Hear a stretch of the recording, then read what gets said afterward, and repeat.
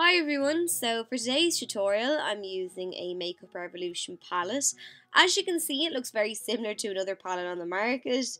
If you've been a follower of my channel for a while, you know that I do love the ABH palettes that I've tried to date. I've done numerous tutorials with several of the palettes, but after seeing a bucket load of reviews on the Subculture palette, I just decided to give it a miss. However, I did like the shade range, so instead I decided to opt for the Revolution palette as it's a fraction of the price.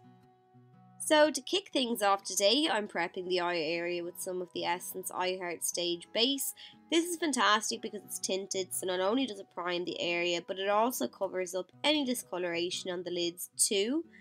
Now then, I'm just powdering the eye area to set the base in place, and then I'm moving on to shadow.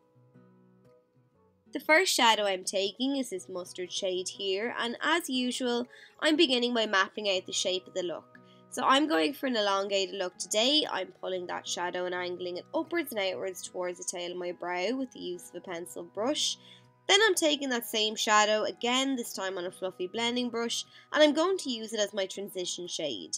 So little by little I'm going to add this colour into the crease and build up the intensity as I go, and in the finished look this shadow is just going to appear like a halo over the other shadows. Next then, I'm taking the shadow right next to it and I'm adding this into the crease too, just to add a little bit of warmth. So I'm blending back and forth in the crease and then buffing it upwards towards the brow bone, making sure not to cover up the shade I applied previously. Now I'm taking that deep green shade in the palette and I'm pressing it down on the outer third of the eye. These shadows are extremely pigmented, so I'm only taking a little at a time and working it into the eye area. Once I've that outer third coated with the shadow, I'm lightly feathering it up into the crease with that same flat brush. I can only do so much with that brush, so then I'm going to go in with a fluffy blending brush now, and I'm buffing the shadow up into the crease. Once again, I'm just taking my time with the shadow, I'm adding in a couple of layers, and building up until I get the intensity that I'm happy with.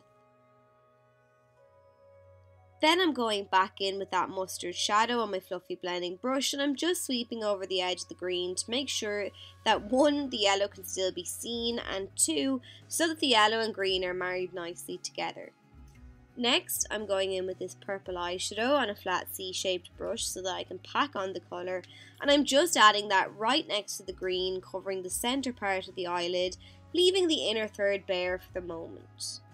With that same C-shaped brush now, I've just flipped it over and coated the other side with this gorgeous red eyeshadow, and I'm filling in the inner half of the lid with the eyeshadow.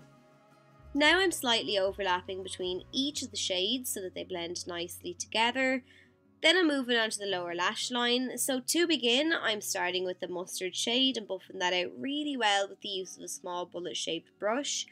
Then I'm taking a small angled brush with some of that green eyeshadow on it, and I'm just pressing this all the way along the lower lash line right into the tear duct.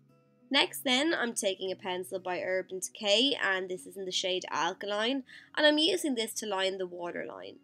Then I'm going in with the red eyeshadow that I used on the inner third of the eye, and I'm just pressing that on top of the liner to make sure that it lasts all day. For around the tear duct, I'm taking this white eyeshadow and it has a pinky red shift to it, which is really nice, and it pops nicely with the red eyeshadow on the inner third of the eye. To finish off the look, I'm adding a pair of dramatic lashes, followed by a few coats of mascara to blend my own lashes in with the false ones, and that's it. So I hope you enjoyed the tutorial and found it helpful. Thanks so much for watching. Don't forget to give me a thumbs up and a comment and like the video if you did, and I'll see you soon.